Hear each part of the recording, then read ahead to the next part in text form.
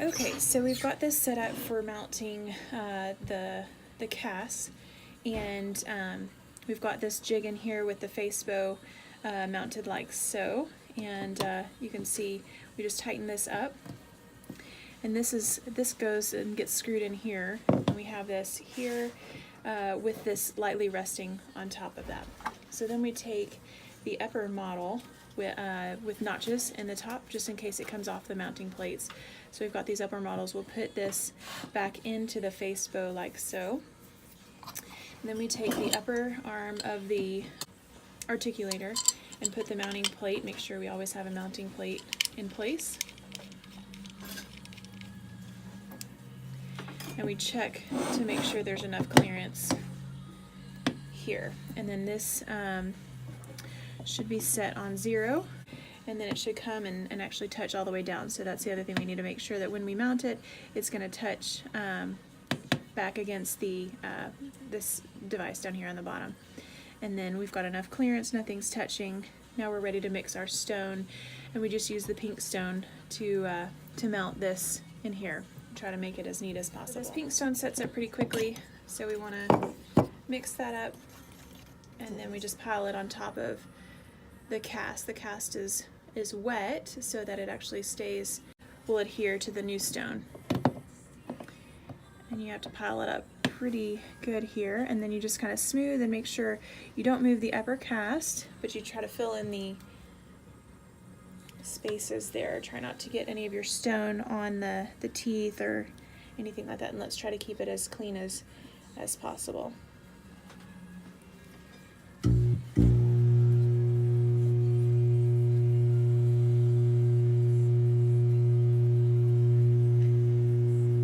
I'm just taking the stone and filling in the holes before the stone actually sets up. Again, being careful not to move the upper model out of the face bow wax, and then we let it set. So the stone is set up here, and it's cooled off, so that's how we know it's set.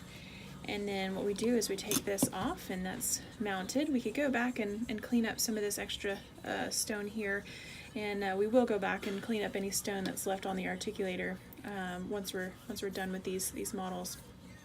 And then we remove this, unscrew this here, remove this, keep it until we're completely done and have delivered the bite splint. But we'll put it back in the patient's bin.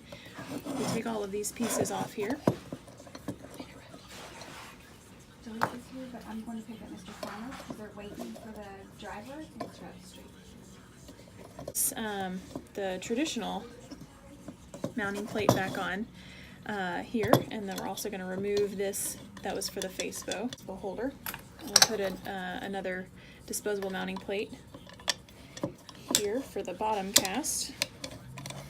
Screw both of those in place there.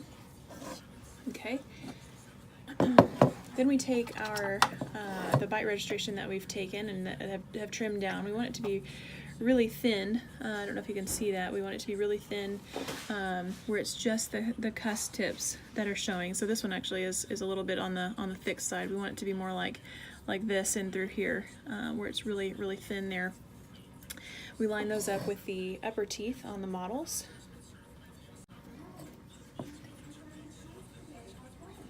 And the other thing, we look to make sure that there's no rock here once we get them. See, they're nice and flush. That's why we have to trim it. So then, again, we wet this cast here and put over the top. And once again, we check to make sure there's no rock, there's no movement to the cast. Oh, I forgot one step. So the first thing we're going to do, we're going to hand articulate these together and draw marks, arbitrary marks on the cast, like so. And then what we'll do is we'll measure the distance between the two. So this one here, it happens to be 35 millimeters. And so then what we'll do is we'll again measure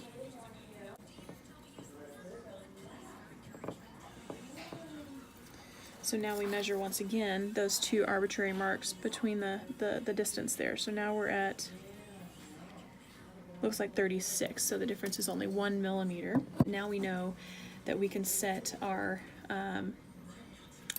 pin to 1 millimeter, so we'll move that up to 1 instead of 0.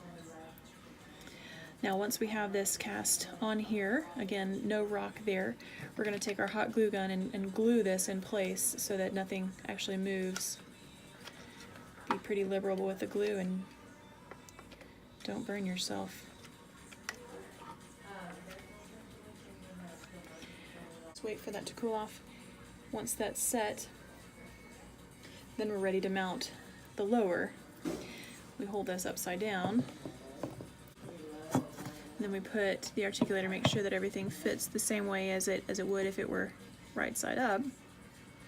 We put this there, and then like I said, we already raised our pin, so we're ready to go there. We've got lots of room here, so we need to make sure that we mix lots of stone to fill in that space, and it's going to need to be pretty thick to fill in that space. And our pink stone that we use sets up really fast too.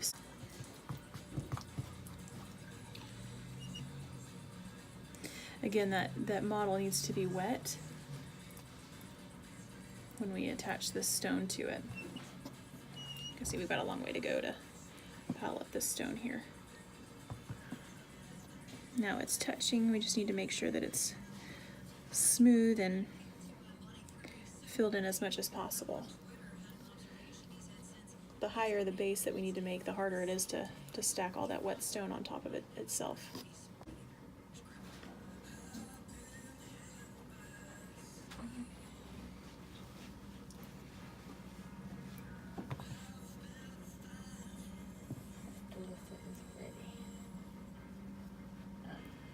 She brought her first one. She wants to look at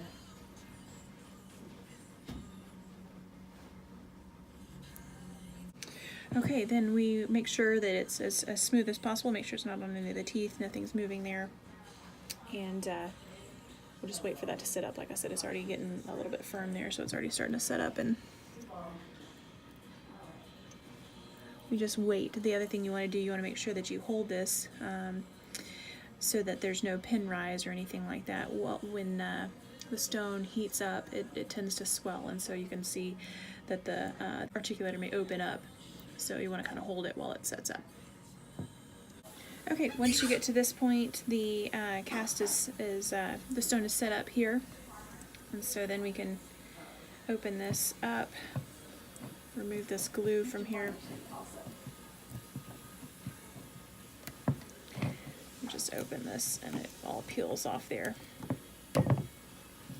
Remove all of this glue. We can use a buffalo knife if we need to. We need to make sure to keep these, again, keep these in the patient file, or the patient little tray until we deliver this bite splint. So we'll just remove all of this. When we go to put these models back on, the pin is still open up to 1. So then what we would need to do is if we wanted to just have mounted models, then we would just move it back to 0, and then we would be back at maximum intercuspation or CR in our where the jaw should be. For this, for making a bite splint, we use this gauge here. You can see this is the most used one, and it says 3.0. I don't know if you can read that there. We want to get 3 millimeters between the lowest cusp, and so then we'll open this back up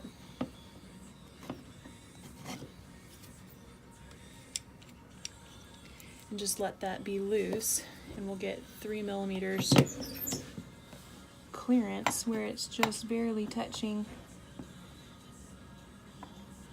So open it up to about a 6 or so, and we'll see if there's enough clearance between the lowest touching molars, and there's not. So we'll go up to a 7 on the articulator. I don't know if you can see those numbers. There's 7 there. And then we'll test it again. And there's plenty of sliding room on that side. Usually we check the second molars, and then sometimes in the canine area. But it's usually in these second molars where they touch the most. So now we're ready to fabricate our bite splint. or get the cast ready for the bite splint, but everything is mounted. We want to make sure that this is nice and tight. And this one here is at 7 millimeters versus just the 6 millimeters that we would normally open it to.